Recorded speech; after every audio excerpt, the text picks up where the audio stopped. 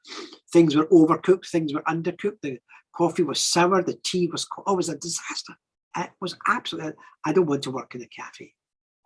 I've got one last uncle. And my last uncle owns a little boat. And there's two islands here. There's this big island and there's a small island.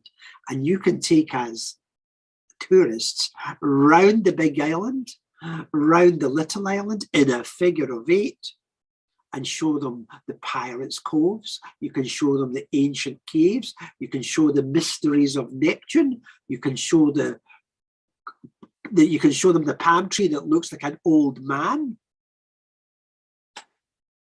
Me sail a boat. Why do you think I'm here? Me on the boat was a disaster. But if you get tourists, they'll give you money, they'll give you tips. It's good money. I can't sail a boat. But I have a job right here. This is my job. This is your job. Your job is debris, a broken boat, just lying washed up on the shore. Yep, that's my very job right there. Do you know what it is? Does anybody know what it is? Babasi, you're as wise a person as I would see on one screen. Do you know what it is? I'm too wise to answer that question. And if he does, he's keeping it a secret because he's not switched on his microphone. He's very old. I think he's 104 next birthday, maybe 105 next birthday, something like that. Ohio, do you know what this could be? Everybody needs this at the beach. John Rowe, I know he doesn't know. He doesn't know much. Chloe Alexander, she's busy. Busy. Devoshka Paruski, что? Devoshka Paruski, Paulina, как? What is it? Glug. Lisa, do you know? Louis, I'm coming to you last because you are the brains of the brains of the brains. All these folk here, and you are the smart one. Louis, what is it? It's a sailboat. It's a boat. Nope. I'll put you out of your misery and I'll model it at the sea. It's the same. Everybody at the beach needs this. Fat people, old people, black people, white people, young people, pregnant women need this at the beach. Everybody needs it. It's a t-shirt. And look, one size fits all. Это футболка, девушка. Это футболка.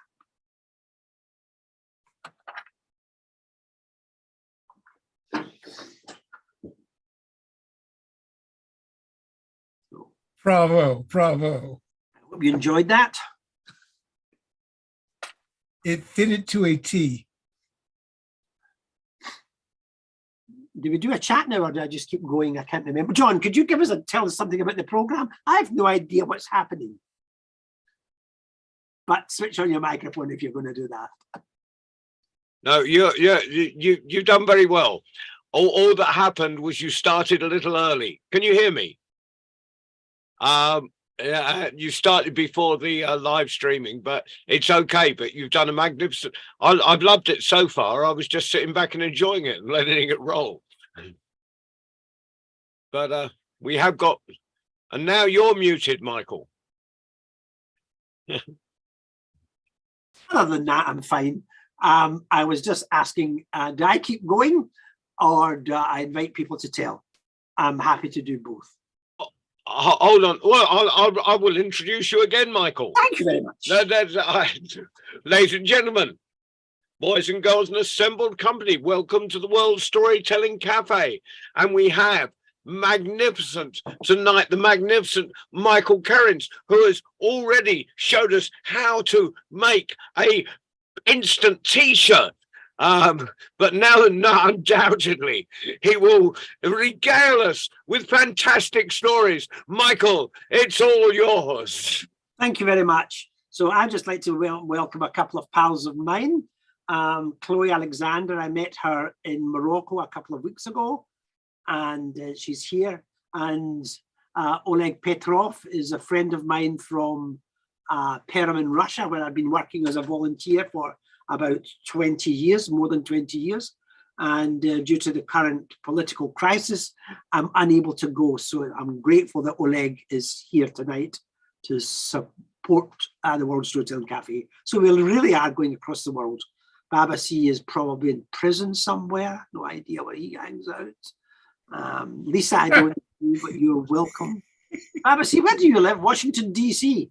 Washington, D.C. Yeah, like I said, he's in a prison. Yeah, sometimes it feels just like that. Fletcher, North Carolina. Oh, I've been there. I've been all over. Yeah, I've been all over from Morehead City right into the Blue Ridge Mountains. So I went to see Ray Hicks there. Yes, he's died, but yes. Oh, yeah, it was years ago I was there. It was lovely then. And welcome to Terry Lott in Ohio. So I'm going to tell you a story about a little boy who was about 10. And he had very, very poor eyesight. And while he was just a regular boy, he wasn't playing with the regular children because he couldn't see properly.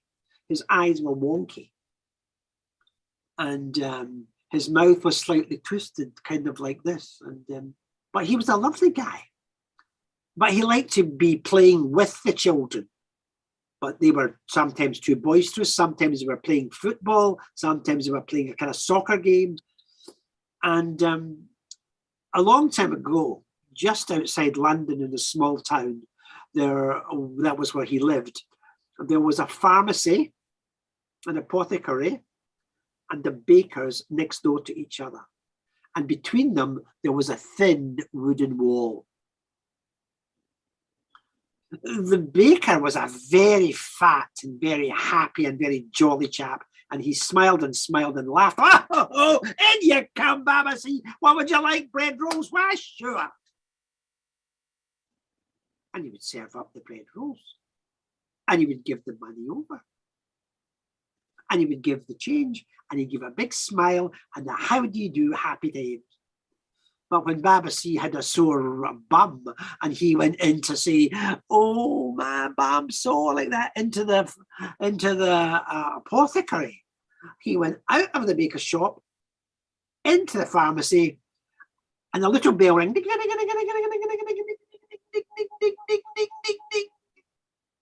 And Baba C would walk in there and hope, oh, my bottom's sore. Oh, dear. Oh, I can't sit down. I can't sit down.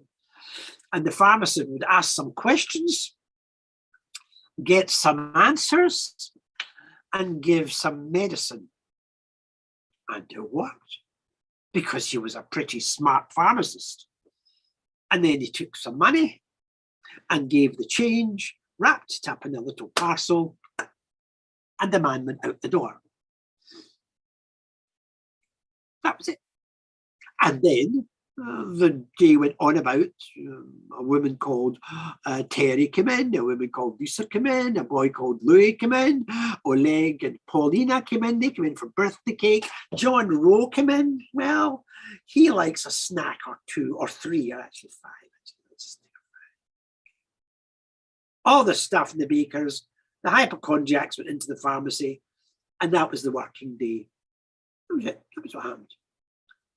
When the working day was over, the baker closed the shop at 5 o'clock, the pharmacist closed the shop at 5 o'clock, and they set about preparing for the next day. Cleaning the ovens, cleaning the pans, cleaning the pots, getting the coal and sticks and paper ready, getting wood ready to set the coals alight for the fires, for the ovens for the next day. In the pharmacy, there was no preparation. No preparations needed in a pharmacy because these guys can't do what's required until the patient comes in and said, I've got a sore butt, I've got a sore head, look at my eye, look what's happened to my eye, I've been stung by a bee, look at me. That's what happened. So he didn't leave the shop till 9 o'clock, 10 o'clock at night sometimes. So what was he doing? And what he was doing was he was sitting in his back shop.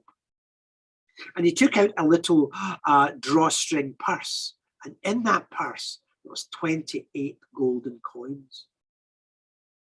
he was a miser.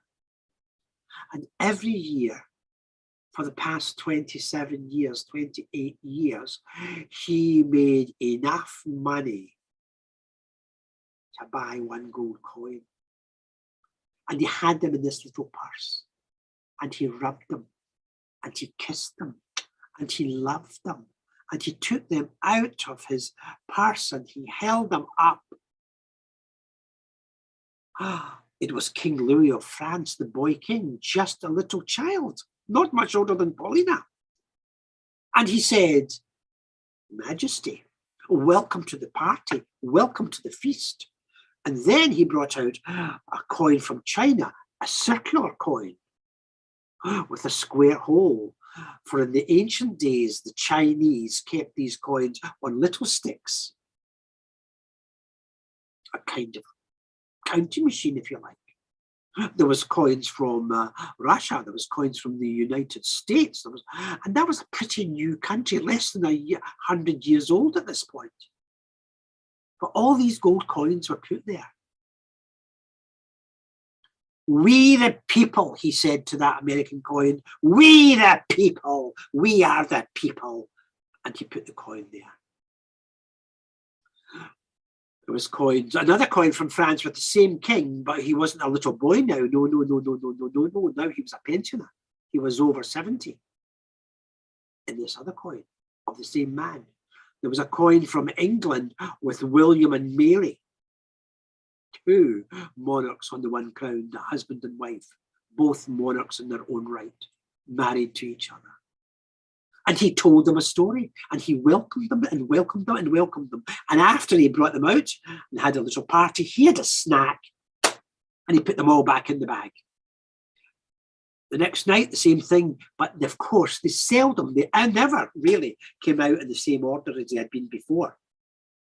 But it was always an interesting story from the Pope of Rome, from the far north of Sweden, where it's icy all the time.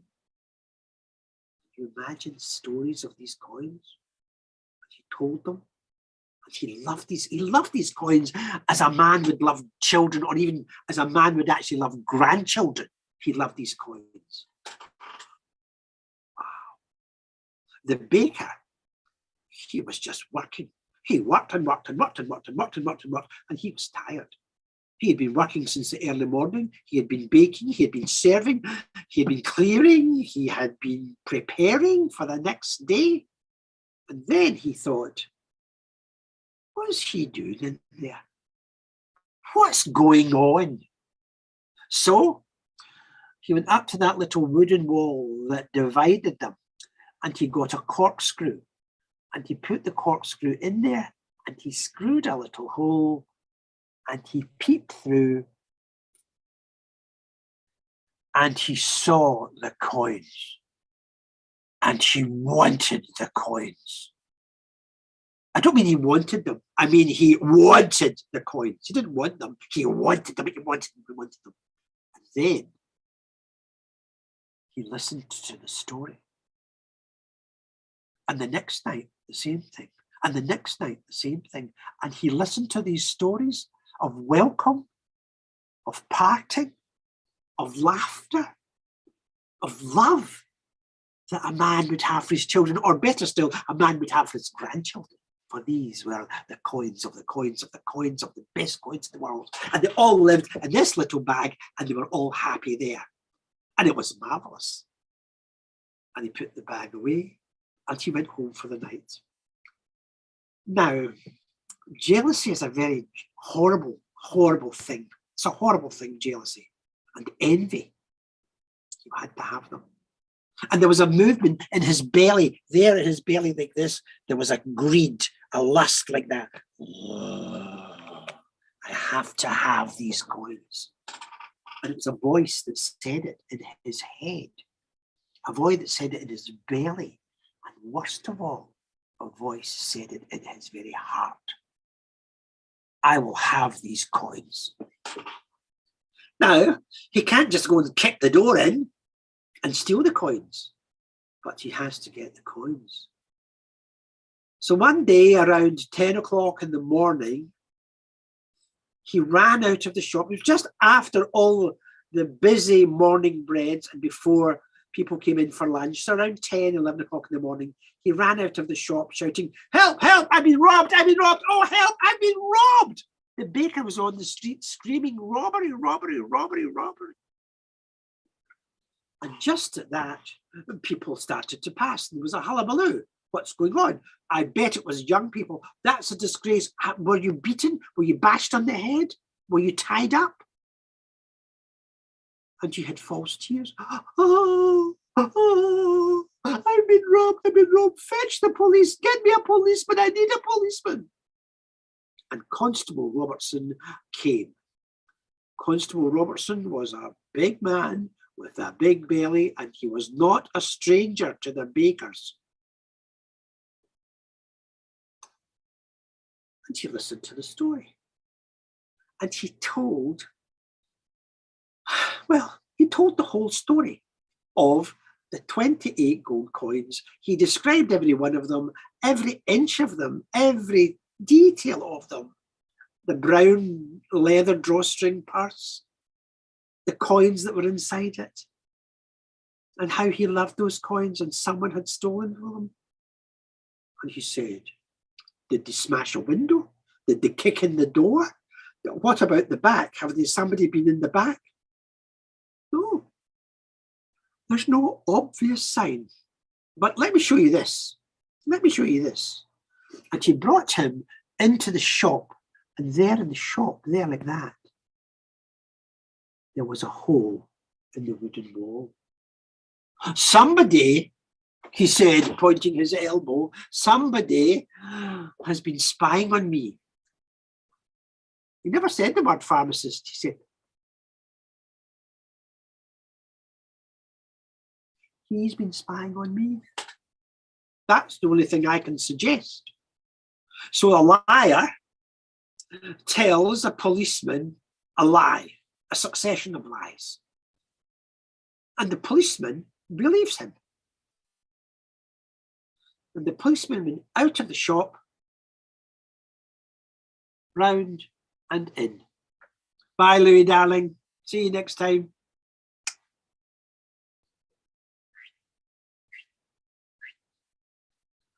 Ding-a-ling-a-ling-a-ling-a-ling-a-ling-a-ling-a-ling-a-ling. And the door rattled. And the pharmacist came out. The pharmacist knows Constable Robertson because he's a local policeman and he's been in there for time to time.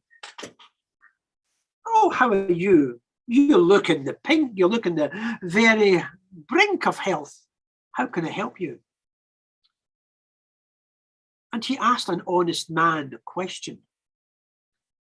I'm interested in a small brown leather drawstring purse, a kind of bag made of leather. Do you have that? Do you know anything about that? There's 28 gold coins in it. And that man told the policeman, yeah, I have it. I have such a bag. Let me see it. And he took the policeman into the back shop. There, opened the desk drawer, brought out, and there was the whole story, the whole cast, everything was there from the notes that he had taken from the baker, or should I say, the liar next door. These belong to the baker next door, said Constable Robertson. No, sir. These are mine. I've been buying them in secret, one a year for the past 27 or 28 years.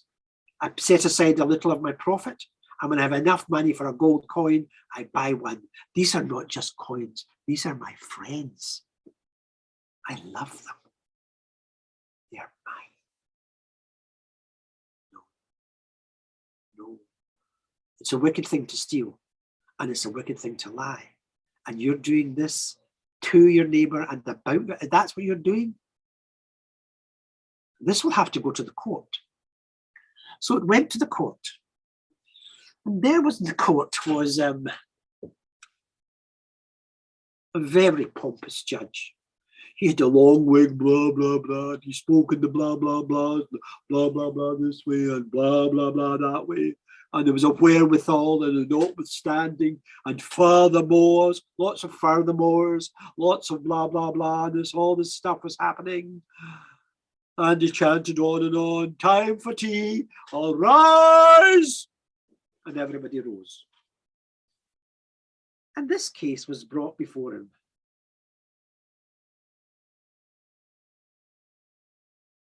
And he couldn't figure it out. Two. Ostensibly, these are two honest men. Here's an honest man, there's a wooden wall, here's an honest man. They've been neighbours and traders in the area for years. No criminal intent, no criminal practice. Sad.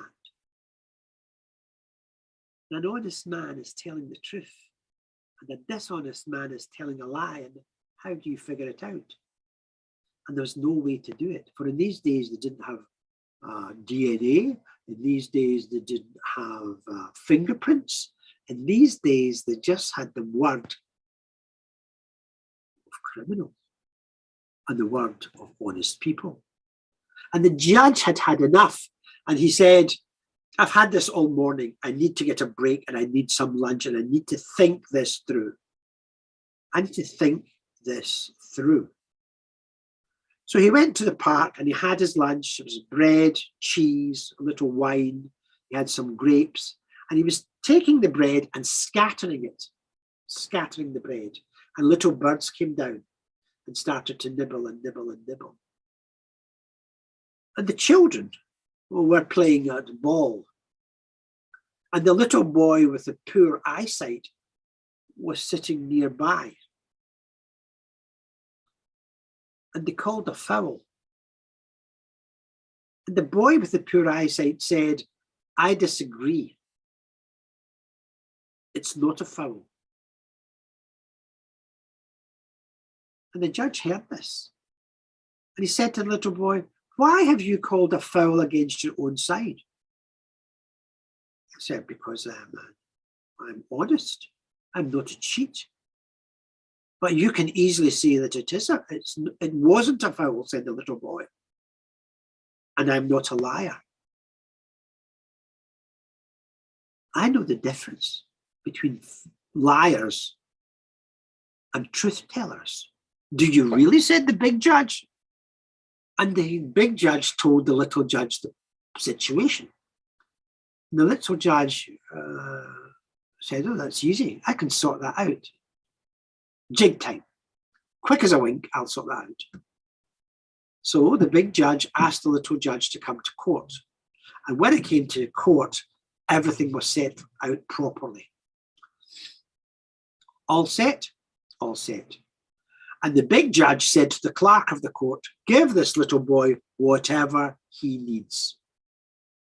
Sure, no problem, I can do that. The little boy said, I need 4 containers, identical containers of water. 4. Cold water, warm water, hot water, and boiling water. 4 containers. And the 28 gold coins were divided into 4 lots of 7. Monday, Tuesday, Wednesday, Thursday, Friday, Saturday, Sunday.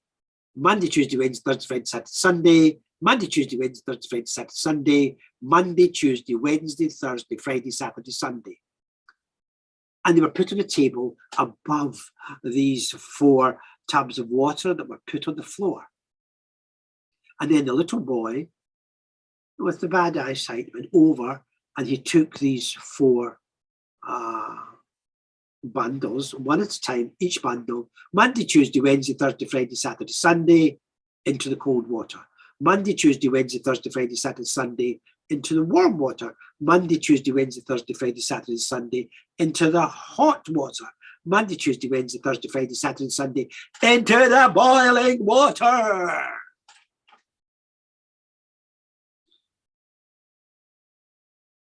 And he went down on his knees, and with his bad eyesight, he looked. He started to smell. And there, The water and the heat was a catalyst for the release of tinctures of arnica and lemongrass, of turmeric and garlic and eucalyptus, and all the ancient smells of an old pharmacy started to permeate. And he looked there, and he called a clerk there, someone with good eyesight. Do you see any flour floating here? No. Then these coins have never been in the hands of a baker. Do you smell it? Do you smell all the tinctures and essences and elements of pharmacy? Do you smell it? Yeah. And you know what?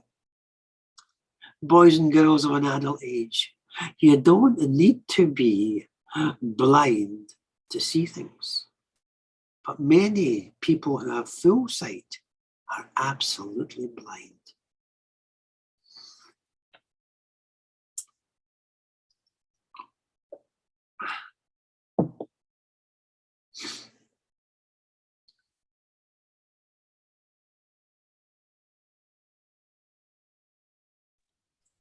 I heard that story. I almost always tell my own stories, but I heard that story from just when I was speaking there to Lisa. I heard that story in North Carolina from J.G. Pinkerton, the guy that started Telebration. He was a great pal of mine, and I feel that all these people are dead, but J.G. Pawpaw, as many people called him, and he told me that story, and I just love it. So I should tell you a story from Duncan Williamson. Duncan said of me about my work that Michael Kerins is Scotland's Hans Christian Andersen, which was just a lovely thing for him to say. And this is a story I heard from Duncan. In Scotland, it's a kind of different country from England, but it's a different country. We had a wise king one time, and his name was Stephen. And King Stephen came into his bedroom, and there, lying on the bed, there was a golden cup.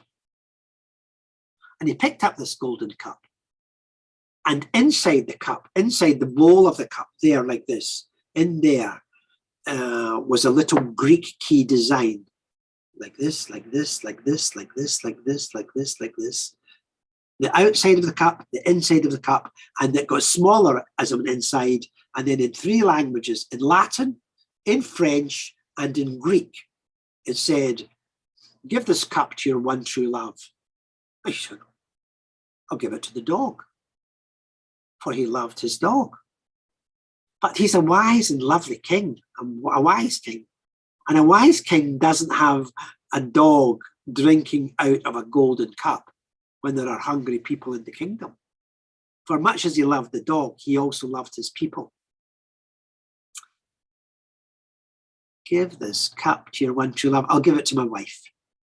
Now, his wife was not his one true love. His wife was a political appointment where an ambassador here and a minister there had brought this young couple together for political reasons. And there was a relationship built on tolerance for children to carry on the line. So he said, wife, I have a cup here, and it says, give this cup to your one true love, in Latin, in French, and in Greek. And French, of course, at that time was the language of the Scottish court. Give this cup to your one true love. So he gave it to the wife, but she didn't give it back to him. She said, oh, thanks very much. And she tucked it in the waistband of her skirt and kissed her husband there, and didn't call him darling or sweetheart or my precious one. She called him sir. Thank you, sir. How kind. And left him and went to her own apartments and thrice clapped for a maid to come. And the maid came and she said, send for Lachlan MacLeod of Lachlan, send for him. And Lachlan MacLeod of Lachlan came, and he was a big, fine man. He had long, ginger hair. He had lots of freckles and a big square jaw. And he was handsome, as handsome, as handsome. Dobry wieczór, Don Sonia Dorn. Good luck, Oleg's Pajasta. That's for Dania. It's midnight there. It was past midnight there, actually. So that was paka, paka. So she gave the cup to him and she kissed him and she loved him. And she said, my husband said I should give this cup to my one true love. Well, Lachlan, Lachlan, Lachlan, MacLeod of Lachlan, this is the cup for you. And he said, thank you. Give this cup to your one true love. And that's Latin and French and Greek. Oh, I've never seen these written before. Yeah. So you should give the cup back to me. And we can give this to each other day by day, week by week, month by month. But I should give this cup to my one true love. Yeah. Then that's not you. And the Queen was astonished. Not me. You lie in this bed with me? Yeah, I love you. I'm your bodyguard. I'm the captain of the Queen's Guard. But my one true love, it's not you. That is not you. It's another. He had no time off for about a week. But when it was his day off and he was off duty, he went out of the palace, across the drawbridge and into the town. And at the edge of the town, there was a set of tents where young cadet soldiers were in training. And all these young boys were neither soldiers nor men, but they were neither children nor adults. They were that awkward, adolescent, difficult age.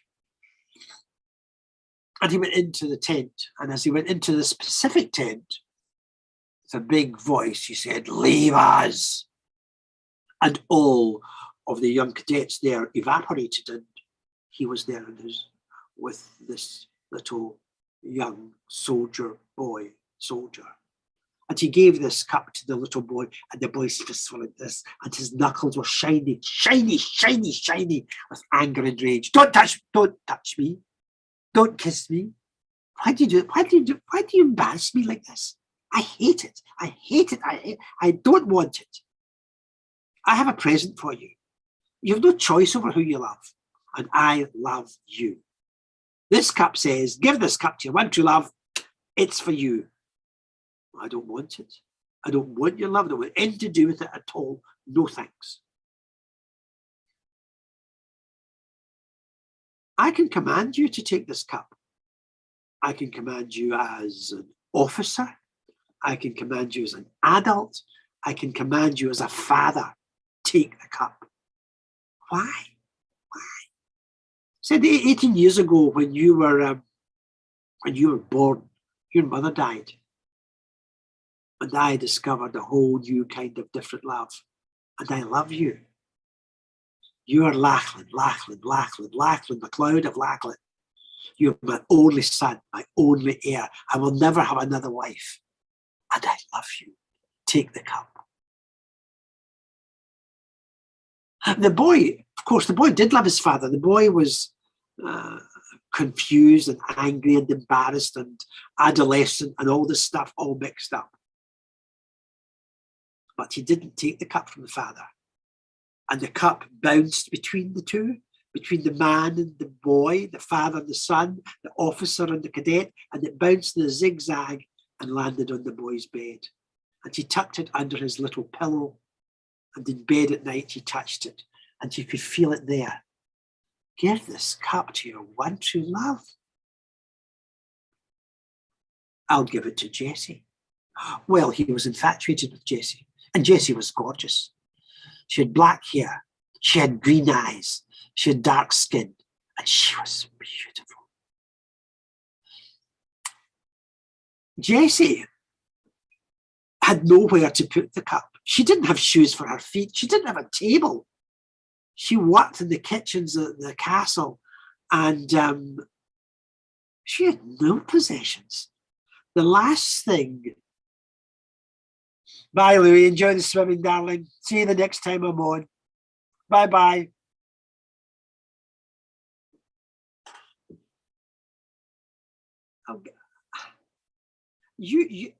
Jessie said, you want me to take this cup. You want me to take this cup so that I am indebted to you. What you really want me to do is kiss you. You want me to kiss you? Oh, yes, you said, I do. I definitely do want that. But what I want you to do is take the cup. Because there it says in the very bowl of that cup, give this cup to your one true love. And if I give the cup to you, and you give the cup to me, then that means that we are one true loves. We have one love, one true love, one honest love, one deep love, one pure love, one love. Will you do it? I'll take the cup and I'll kiss you, but I'm not giving the cup back to you, for you're not my one true love. Her one true love was God in heaven.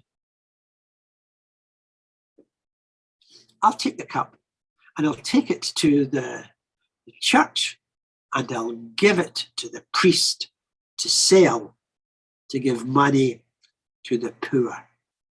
Now, Jessie has only rags. She doesn't have a ribbon for her hair. She doesn't have a chain for her neck.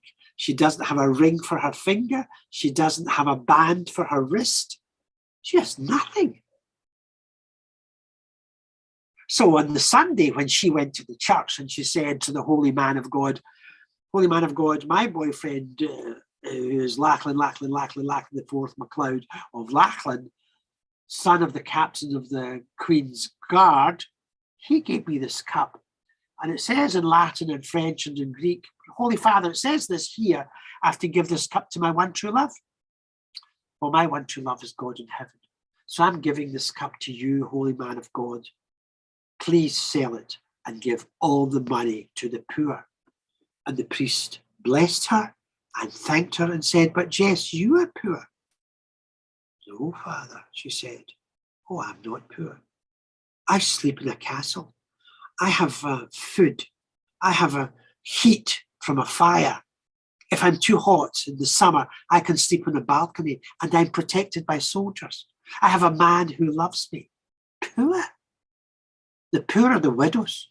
The poor are the orphans, the crippled, the blind. Those with one leg, those with no leg, these are the poor. But me, I'm wealthy. Give the cup to the poor. Now the priest had the cup. And the priest's one true love was himself. So he took the cup to a brothel and he gave it to the whorehouse. And he said to the woman who worked there, I have this cup. I can read Latin, French and Greek. I'm an educated man. I can read in other languages beside this. Give this cup to your one true love, so I want you to have the cup. And the prostitute woman said, right, okay, I'll have the cup. And he said, then give it back to me. She said, well, give this cup to the one true love. You? And she spat at him as, pah! You fool, I mean, this is not love. This is a transaction. This is a transaction. Bye-bye. Bye, darling. Bye. Bye, darling. I'll see you next time. I'll see you next time. Okay. You're having more farewell performances than Frank Sinatra tonight, Louis. Oh, he's going. So for the prompt, there's no children now on the thing. So for the promise of some sexual favors, she had the cup.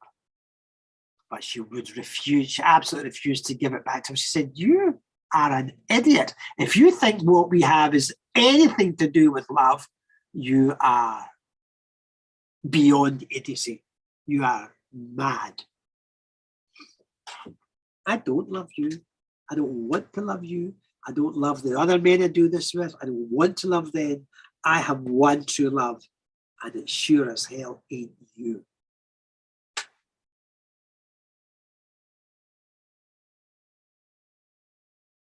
She had the cup. She did what she had to do, and she kept the cup.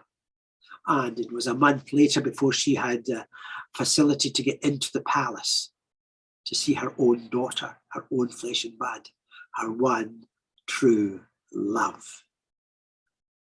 And she saw her, Morag, and she said, Morag, I have a cup for you. It's written in this cup, give this cup to your one true love. Now, do not give it to the first man who tells you he loves you. Don't give it to the first man who kisses you. Don't have your heart broken over this. This is a really important thing. Do not waste it. I won't waste it. Give the cup to your one true love, but find your love first and then give him the cup. And hope and pray that he gives the cup back to you. So she had the cup. Now, she got that job because her mother's job, her mother's prostitute job, meant that she could work men in the palace. So Morag, the daughter of the prostitute, doesn't have anything to do with Jessie deep down in the dungeons and where the kitchens are. She has them work in the royal apartments. And such is the nature of monarchies that servants and royal family use different everything. They use different staircases, they use different doorways, they use different passages, and they never meet. But Morag's one true love was Scotland.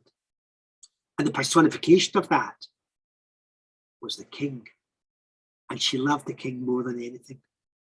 But she's not permitted by law to look at the king, to talk to the king. If he speaks to her and says, get me a jug of beer or a bunch of grapes or a piece of cheese, then that'll happen. But no, she can't give the cup to him. Then she's walking about with it for days, 3 days, 4 days, 5 days, 6 days. It becomes a week, she's got this cup and she wants to give it to the king. She's in the royal apartments and she hears the king is coming back. She hears trumpets playing and she looks out of the window and she sees 4 flags flying. 1, 2, 3, 4, and the flags are flying. That means they've caught 4 deer. They've been hunting and there's going to be a big feast. And king comes back and he is filthy. He is covered in mud, and glore, special kind of Scottish mud stuff, covered in blood. And he's dirty. And he's coming up the stairs and she wants to give the cup to him. And he puts his hand on the door handle and she is panicking with this cup and throws it onto the bed and leaves by the servants' staircase. The king comes in and finds this cup on the bed. And he picked it up and he said, you again? Perhaps I should have given it to my dog in the first place. But let me tell you, if he did, I wouldn't have had a story to tell you tonight. Oh, that was a good one. Thank you very much. Who said that? Lisa. Hi, Lisa. Thank you. So I think Oh, that's lovely, Michael. I love those stories. good. Thank you. I was just making supper, so I might have to go in a minute. But they were lovely. Good. Good. Well, I had a marvelous experience. You know, I write stories about wee Tom. Yep. Right. So I write stories about wee Tom and the little boy at World Book. You know, the children dress up as a character for World Book Day. This little boy dressed up in exactly the costume of the front cover of my book. And he's standing, holding the cover of the book, dressed as the character, holding the book character like that. And I was just so pleased. I was so pleased with that. So it was lovely. So I hope that was Michael. good tonight, John. I hope you enjoyed that. It's better with the microphone on. It always is. Michael, you have weaved tales that are beyond tales, and I enjoyed the tales you told. I think you should speak up. I can't hear you. What did you say? I said, you have weaved tales beyond tales, and I enjoyed the tales you told. He's very weak voiced, that old man. He needs to speak up.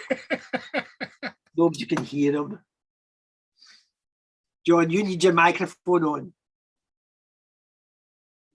You still need your microphone on. John, you need your microphone on.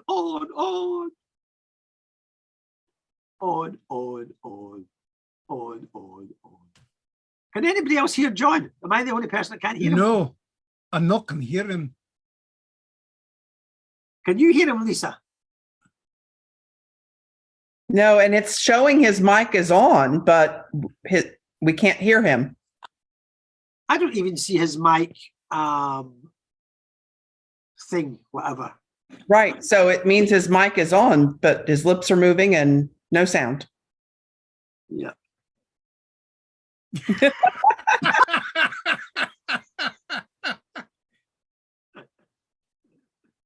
John Rowe is having I a know what row this with is. himself. This is a Scottish National Party political broadcast. You're frightening the people and saying nothing. Anyway, I hope you were happy with it. Right. Bye, Chloe. I love you. Stay safe, pal. Bye-bye. Take care, everyone. She was an interesting. It was lovely meeting you, Michael. I know. I know you know. And John, we still can't hear you. Still can't hear you. Not a word, John. Nothing. So we're just going to say goodbye. Okay. Until Anyway, oh, John, by the way, don't forget this Tuesday coming up, Young International Storytelling at 12 noon British time. No, that's my time. 5 o'clock their time. 5 o'clock British time, 12 noon my time. And I don't know if we have Get a Story in Edgewise this weekend or not. However, next Friday, I understand that a very, very interesting teller by the name of Ba C is the featured storyteller next Friday. So please tune in. I guarantee you have a good time, but if you're not careful, you might learn something new. So anyhow, as John Rowe would say, we'll see you then. I'll risk it.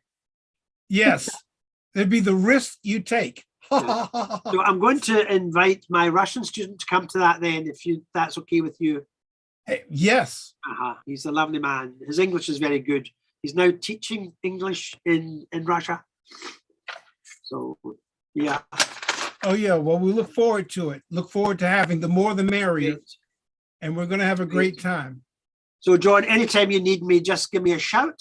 I'll be happy to help out. Okay, bye, guys. I love you. All right. Take care, everybody. Love you, Bye-bye. Michael. Bye-bye. Love you, Terry. Bye-bye. Love you, Lisa. Love you, World Storytelling Cafe. Love you, John Rowe. And next week, we'll find your voice. All right, Wally. C out.